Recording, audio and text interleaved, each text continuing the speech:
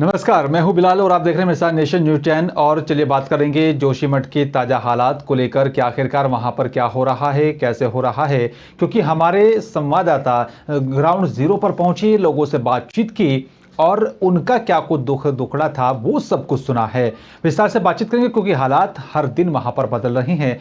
इस चर्चा में हम आगे बढ़ेंगे, लेकिन उससे पहले हम आपको सुनवाते हैं कि वहां के लोगों का क्या कुछ कहना है, वो क्या कुछ चाहते हैं। सरकार की तरफ से जो कदम उठाया जा रहा है उसको लेकर उनकी तरफ से क्या कुछ कहना है, आपको सुनवाते हैं। मैं गांधीनगर की रहने वाली हूँ। यहाँ पे ऐसा दशा हो गया कि हमें यहाँ से मतलब शिफ्ट किया गया है उधर, और वहाँ पे भी खाली रहने के लिए दिया गया है। अगर सरकार व्यवस्था कर रही तो कर लीजिए, और नहीं कर रही तो हम जहाँ पे है वहाँ पे ठीक ही है। मरेंगे भी तो यहीं पे, जिएंगे भी तो यहीं पे। कहाँ जाना है? हमारे पास तो पैसे भी नहीं है, ऐसे काम धंधे भी नहीं हो रहे। अब कहाँ से होगा? बच्चे को कैसे पाले हम? बच्चे पढ़ने वाले हैं, बच्चे मतलब बड़े बड़े हैं, कहाँ से लाएंगे, कहाँ से खिलाएंगे उन बच्चों को? यहाँ पर जो है कि कोई देखने भी नहीं आ रहा, ना कोई मंत्री ना कोई संतरी। यहाँ गरीबों की तो कोई सुन नहीं रहा। सब जो है बड़े नेताओं के पीछे है। कई पत्रकार भी बड़े नेताओं के पीछे है। कम से कम यहाँ तो देखिए यहाँ का हाल क्या है। यहाँ काम बंद कर दिया सरकार ने। यहाँ की जनता खाएगी क्या? क्या खाएगी? हम लोग तो मजदूरी करते हैं, तब पालते हैं बच्चों का पेट। हम कहाँ जाएंगे? यहाँ तो ना कोई आ रहा, ना पत्रकार आ रहा, ना मंत्री आ रहा, ना कुछ आ रहा। आप लोग ये सोचना चाहिए कि यहाँ भी, इस वार्ड में भी आइए। आप इधर उधर जा रहे हैं, आप बड़े बड़े लोगों के यहाँ जा रहे हैं, यहाँ कौन आएगा? यहाँ गरीब ऐसे ही मर रहा है। आप लोग इधर उधर देख रहे हैं, यहाँ भी देखिए ना आपकी यहाँ का हाल क्या है, यहाँ के लोग कैसे रह रहे हैं। कोई तो यहाँ की भी सुने। यहाँ तो नहीं जा रहे, आप उधर जा रहे, इधर जा रहे, सब जगह जाइए। आप सब जगह है, पूरे जोशीमठ में है, पूरे जोशीमठ में जाइए आप। तो इस वार्ड में भी तो आइए आप, यहाँ भी तो देखिए यहाँ का हाल कैसा है, यहाँ के लोग कैसे रह रहे हैं। क्या है, तो हमको आपने घर से बोला गया कि बाहर जाओ बोल के रेड क्रॉस कर दिया गया और बोला कि आप नीचे जाओ। हमें कोई सूचना नहीं मिली पहले से कि यहाँ जाना है या कुछ करना है। सीधे आए और 5-10 मिनट में बोला कि सीधा खाली करो। हम ऐसे ही आ रहे हैं खाली, और एक दो बर्तन नाम के और कपड़े नाम के 1-2। बाकी हमारा सारा सामान और सब वही घर पे है, कुछ मिला है हम अपने साथ। और यहाँ बेबीरानी घर मिल लगा, उसी में हम 4-4, 5-5 आदमी रह रहे हैं। प्रशासन से क्या मदद चाहते हैं आप? प्रशासन से हम ये चाहते हैं कि जैसा भी हो, जो भी हो, मतलब वो हमारा मकान का वो दे दो, मुआवजा दे दो, या अगर हम उस घर में सुरक्षित हैं तो हमें वहीं रख लो। आपका नाम क्या है? हमारे मलारी होटल के पीछे हमारी मकान है, और उसके खतरे की वजह से उन्होंने बोला कि एकदम से 5 मिनट में कि खाली करो। और हमको पहले से कुछ नहीं सूचना दी उन लोगों ने, जैसे 2 तारीख से वो हो गया था, और किसी ने भी कुछ नहीं बोला कि ये कोई देखने भी नहीं आए उधर। और जैसे अचानक बोला 5 मिनट में वो खाली करना, हपड़ दपड़ में बच्चे ऐसे उठा के ऐसे आ गए। हम एक 2 जोड़ी जो कपड़े पहनने के लिए वही लेकर आए हम इधर। और जैसे उन्होंने ऐसे वो कर दिया कि बिल्कुल खाली करना है, इधर आना ही नहीं है, बिल्कुल ही नहीं आना। रेड निशान तो लगा दिया सरकार ने बेशक, लेकिन जब तक हमारे स्थायी व्यवस्था नहीं होती है तब तक हम मकानों पे कुछ करने नहीं देंगे। क्योंकि अगर धर्मशाला है उसकी क्या गारंटी है वो ठीक ठाक रहेगा? हो सकता है वो भी टूट जाए कल के दिन। तो अगर मरना ही है तो अपने घर में मर जाएंगे। हम लोग प्रयास कर रहे हैं डे और नाइट काम हो और जितनी जल्दी हो सके डिसमेंटल करना। इसके लिए टीमें बन गई है, कोऑर्डिनेशन कमेटी जो हमारी है उनके द्वारा सहमति दे दी गई है, और बातचीत भी जो भी दिक्कतें आएगी तो कमेटी है, कमेटी से वार्ता की जाएगी पब्लिक। अब ये जो आप देख ही रहे हैं प्रोसेस शुरू हो गया है, और डिसमेंटल इस तरह से करना है कि नीचे के मकान को कोई नुकसान न हो, इसलिए सेफली इसको तोड़ा जा रहा है, थोड़ा समय लगेगा। तो सुना आपने कि वो लोग कैसे और क्या कुछ कह रहे हैं। सरकार की तरफ से जो कदम उठाया गया उसको लेकर उनका क्या कुछ कहना था वो आपने सुना है। और इसी पर विस्तार से बातचीत करने के लिए सीधा मेरे साथ हमारे संवाददाता सुरेंद्र लाइव जुड़ रहे हैं। उनसे हम लोग ताज़ा हालात के बारे में अपडेट लेंगे। वो धरातल पर पहुंचे थे, जीरो ग्राउंड रिपोर्ट उन्होंने तैयार की। यहाँ पर पूछेंगे उनसे और जाने की आखिरकार क्या कुछ हालात वहाँ पर उत्पन्न हो रहे हैं। सुरेंद्र, आप जनता के बीच पहुंचे, ताज़ा अपडेट क्या है आपके पास? उन लोगों का क्या कुछ कहना था हमने जनता को भी सुनाया, लेकिन आपने जो उनसे बातचीत की, जो वार्तालाप की है, तो क्या कुछ निकल कर सामने आया? जी मलाल, बिल्कुल हम जनता के बीच ग्राउंड जीरो पर थे और कई जनता के बीच हम गए। जोशीमठ में 9 जो नगर पालिका परिषद है, वहाँ पे 9 वार्ड जोशीमठ के अंतर्गत आते हैं। उसमें से एक नगर पालिका वार्ड में हम गए जो गांधीनगर वार्ड के नाम से जाना जाता है। वहाँ पे जब हम लोगों से मिले और आपने वहाँ के लोगों का जो बयान भी आपने दर्शकों को दिखाया, उनका ये एक साफ कहना था कि अभी तक हमारे बीच न तो कोई जनप्रतिनिधि आया, न कोई सरकार के कोई नुमाइंदे आए, न कोई अधिकारी और कर्मचारी गण आए। हालांकि उनके घरों पर जो रेड क्रॉस के निशान लगा दिए गए हैं, उनको अस्थायी जो शिविरों में रखा जा रहा है, उनको राशन मुहैया कराया जा रहा है, लेकिन उनका ये कहना है कि उनके बीच जो है कोई जनप्रतिनिधि, कोई सरकारी नुमाइंदा उनके बीच नहीं आया। तो कल जब हमको कोई चीज पता चली कि जो ये गांधीनगर वार्ड है, वो गांधीनगर वार्ड में अभी तक कोई लोग नहीं गए हैं, तो हम लोगों ने उस वार्ड में जाकर के उन लोगों की राय जानना चाहिए कि आखिर में मतलब आप लोगों के साथ क्या चीज सही हो रही है, गलत हो रही है। तो उन लोगों का जो दर्द जो झलक रहा था, वो कुछ लोग रो भी रहे थे, कुछ लोग ये कह रहे थे कि हमारे बीच सरकार का कोई नुमाइंदा पहुंचा नहीं है। हालांकि उन्होंने हमको यहाँ से उठा के किसी होटल में अस्थायी जो शिविर है, वो शिविर में तो रखा है, लेकिन हम लोगों के जो घरों की दरारें हैं, उन जगह वहाँ पे नहीं पहुंचे हैं। तो हमने कहा कोई नहीं, हम आपकी आवाज को सरकार और प्रशासन तक पहुंचाने का काम करेंगे। तो पहली बात तो ये है। दूसरी बात यह है बिलाल की जो जोशीमठ की जनता है, वो जनता आज ऊहापोह की स्थिति में है। कुछ लोग कुछ कहते हैं, कुछ लोग कुछ कहते हैं, कुछ लोग कुछ कहते हैं। तो इस ढंग से उन लोगों की समझ में नहीं आ रही है कि हम अपना घर छोड़ें तो किस बेस पे छोड़ें, हम घर में रहें तो किस बेस पे रहें, क्योंकि प्रशासन उनको घर में रहने नहीं दे रहा।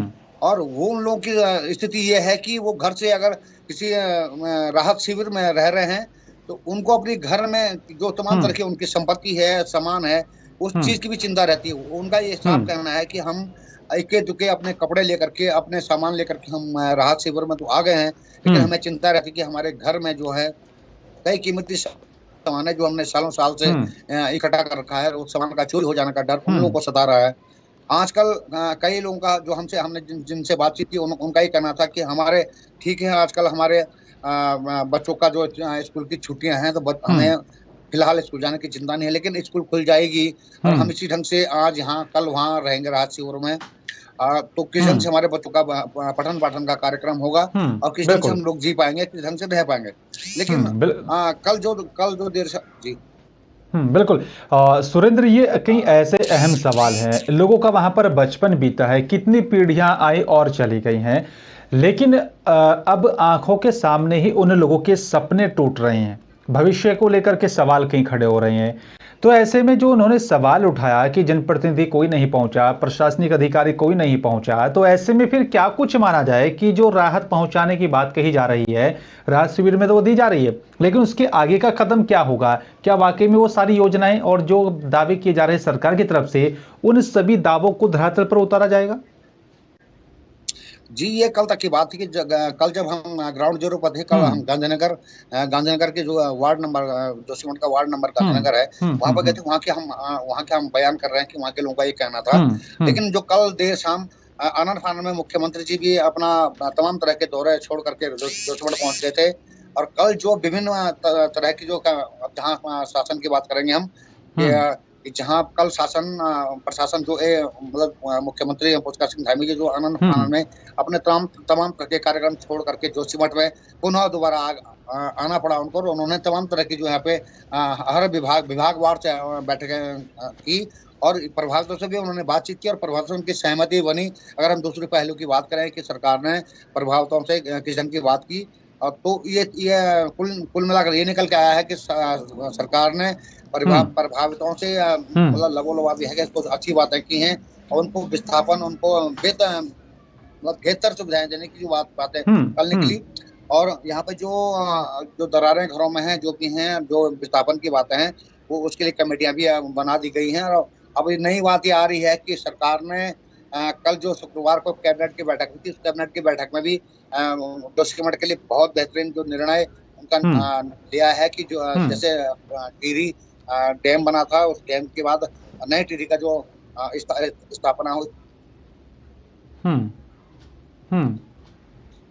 तो जोशीमठ को भी उसी तर्ज पर बसा दी। और इसके कल जब जो जोशीमठ से मुख्यमंत्री वापस गए, तो मुख्यमंत्री ने जो जिले के प्रभारी मंत्री है डॉक्टर धन सिंह रावत जी, उनको जोशीमठ में रहने के निर्देश दिए गए हैं जो मुख्यमंत्री की तरफ से कि वो तब तक जोशीमठ में रहे जब तक कि जोशीमठ के प्रभावित जो लोग हैं उनके विस्थापन की प्रक्रियाएं, उनके रहन सहन, उनके खान पान और पूरी व्यवस्थाएं ना हो पाए, तब तक डॉक्टर धन सिंह रावत जी जोशीमठ में रख करके इन तमाम चीजों पर नजर बनाए रखेंगे। बिल्कुल। और जहां तक कल जो बहुमंजिला जो इमारतें हैं, 2 होटल जोशीमठ में, जिन होटलों के जो नीचे जो बेसमेंट था वो 2 दरारें बड़ी बड़ी पड़ गई, उनके गिरने से कई मकानें खतरे के जद में थी और उन मकानों को खाली कराया गया है। तो कल जो प्रभावितों के बीच और जो कमेटियों के बीच तमाम तरह की कमेटियां हैं, उनकी जो बात हुई है, जो समाधान हुआ है, सहमति बनी है कि उनको मुआवजा मिल जाएगा। तो उनका ध्वस्तीकरण का काम भी कल से ही शुरू हो गया था और धीरे धीरे वो लगभग 1 हफ्ते के अंतर्गत जो बड़े 2 होटल जो बहुमंजिले होटल है, उनका ध्वस्तीकरण का काम कल से शुरू हो गया है और 1 हफ्ते के अंतर्गत या उससे आगे पीछे जो भी समय होगा वहाँ पे दोनों होटल बिल्कुल, ये उसी के आधार पर यहाँ पर कदम उठाया जाएगा सुरेंद्र। लेकिन सरकार तो सचेत है इन लोगों को लेकर, प्रशासनिक अधिकारी और जनप्रतिनिधियों को लेकर हालांकि नाराजगी है लोगों के अंदर, जैसा कि आपने भी बताया, और वहाँ की जनता से भी उनका क्या कुछ कहना था हमने लोगों को सुनवाया है। लेकिन सवाल ये उठता है कि जिस तरीके से लोगों का वहां पर अपना खुद का व्यवसाय है, दुकानें हैं, बाजार हैं, मार्केट है, खुद की जमीनें हैं जहां पर वो खेती बाड़ी होती है, उसको लेकर के क्या कुछ प्लान है सरकार का, उसका फायदा कैसे उन्हें लोगों को मिलेगा? बिल्कुल आपका सवाल जायज है और ये इस बात का स्पष्टीकरण कुछ नहीं है कि जो लोग व्यवसाय वाले हैं, दुकानदार हैं कुछ। हालांकि जब हम कल ग्राउंड जीरो पर थे तो हमें ये न लगा कि कई दुकानदार हैं या कुछ हैं, ज्यादा व्यापारी प्रभावित हो रहे होंगे, लेकिन कुछ दुकानदार हैं, कुछ लोग हैं जो व्यवसायी हैं, जहाँ पे जो प्रभावित क्षेत्र है, जोशीमठ का जो क्षेत्र है वो जहाँ प्रभावित है वहाँ के जो व्यवसाय हैं, एक बहन जी अभी खुद कह रहे हैं कि उन्होंने अपनी मकान बनाई थी और मकान के बराबर में अपनी दुकान भी खुल के अपनी आजीविका के लिए, लेकिन वो रेड क्रॉस में आ गया है, दरारें पड़ गई मकान पे। वो विजुअल हम चला भी रहे हैं, हम अपने दर्शकों को दिखा रहे हैं, उस पहला की वाइट हमारे पास है और दिखा रही है वो बिल्कुल। लेकिन अभी ये बात सामने नहीं आई है कि जो व्यवसायी थे और उन व्यवसायों के लिए अगर विस्थापन की बात होगी तो किस ढंग से होगी। फिलहाल शायद सरकार का ये हो सकता है कि फिलहाल विस्थापन की प्रक्रिया, लोगों को मुआवजे की प्रक्रिया की जाए और व्यवसाय के उसके बाद की बातें हैं। लेकिन एक चीज और आ रही है कि विरोध की बात है। कल भी हम जब ग्राउंड जीरो पर थे तो वहाँ पे लोगों का जो आज भी तहसील मुख्यालय में है, एसडीएम कार्यालय के बाहर जो है, आज भी लोग निरंतर एनटीपीसी जो पावर प्रोजेक्ट जो कंपनी है, उस कंपनी के खिलाफ आज भी लोगों का गुस्सा जाहिर हो रहा है। वो लगातार आंदोलनरत हैं, तहसील स्तर पर बैठे हैं। बिल्कुल सुरेंद्र, ये नाराजगी लोगों की जायज भी है यहाँ पर, जिस तरीके से एनटीपीसी को लेकर के लोग सड़कों पर उतरे। कहीं और भी ऐसे इलाके हैं जो जोशीमठ के लोगों की जो है समर्थन में सड़कों पर उतर आए हैं। लेकिन अब तक जो टीमें यहां पर पहुंची हैं, क्या उनकी तरफ से कोई रिपोर्ट्स अभी तक सामने आई, ऑफिशियली तौर पर सरकार को कोई सौंपी गई है कि आखिरकार मुख्य वजह क्या है जिस तरीके से दरारें आ रही हैं? नहीं, बिल्कुल भी नहीं। अभी तक इस ढंग की कोई स्पष्ट रिपोर्ट नहीं है कि जो विशेषज्ञ जो टीम आई हैं उनकी तरफ से कोई इस प्रकार का कोई रिपोर्ट नहीं है कि किस कारण से जोशीमठ में चीज हो रही है। लेकिन जो आंदोलनकारी हैं, जो वहाँ के स्थानीय लोग हैं, जो आंदोलन में बैठे हैं, उनका ये कहना है कि इसका एक ही कारण है कि जो एनटीपीसी की जो जल विद्युत जो प्रोजेक्ट बनना है, उसका जो शहर के नीचे जो टनल जा रही है, उनका एक ही कारण मानना है कि एनटीपीसी की जो टनल बनी है, टनल के कारण ही ये जो बड़े बड़े विस्फोट टनल के अंदर होते हैं, जमीन के अंदर होते हैं, उसी कारण से ये जोशीमठ में जो बड़े बड़ी दरारें हैं वो उसके कारण से है। लोगों का यही मानना है। लेकिन अभी तक विशेषज्ञों की जो एक राय है, उस की कोई राय अभी स्पष्ट नहीं हो पाई है, जो जिसको हम माने कि विशेषज्ञ की राय है। तो लोगों का आज भी धरना प्रदर्शन आंदोलन कल भी जब हम ग्राउंड जीरो पर थे तो वहाँ पे भी लोग तहसील मुख्यालय पे निरंतर जो उनका धरना प्रदर्शन चल रहा है। हमारे सामने जो नारेबाजी वो कर रहे थे, एनटीपीसी के खिलाफ कर रहे थे। आज भी जो मीडिया में है, अखबारों में है, आज वो स्पष्ट है कि लोग जो वहाँ क्षेत्र के लोग हैं, हालांकि बशर्ते हम सरकार का पक्ष अच्छा पक्ष है कि सरकार ने वहाँ पर लगातार जनता के बीच है, प्रभावितों के बीच है, वो एक अलग पहलू है। लेकिन जो जनता की जो मुख्य धारा की जो जनता है, उस जनता का यही मानना है कि जो एनटीपीसी की जो टनलें बन ली हैं, जहाँ जो जल विद्युत परियोजनाएं बननी है, उस कारण से पहाड़ में उथल पुथल है, पहाड़ में दरार पड़ रही है, जोशीमठ शहर में दरार पड़ रही है और लोगों के घरों में जो दरार पड़े, लोग जो बेघर हो रहे हैं। तो उसका कारण लोग जो हैं, जो आंदोलनकारी हैं, उनका ये मानना है कि एनटीपीसी इसका मुख्य कारण है। जी बिल्कुल। और अब देखना होगा, सरकार को भी यहाँ पर सचेत होना होगा कि आखिरकार अगर वाकई में जो टीमें हैं, अगर उन टीमों की जो रिपोर्ट यहाँ पर आई, जो वैज्ञानिक टीमें वहाँ पर पहुंची हैं, अगर उसमें साफ तौर पर ये होता है कि एनटीपीसी की वजह से यहाँ पर जो है ये नुकसान हो रहा है, तो सरकार को यहाँ पर कदम उठाना चाहिए सुरेंद्र, कि उसको या तो बंद कर देना चाहिए या फिर उसका विस्थापन कर देना चाहिए, अगर इतने बड़े पैमाने पर नुकसान इलाके को हो रहा है। शुक्रिया आपका सुरेंद्र, तमाम जानकारी साझा करने।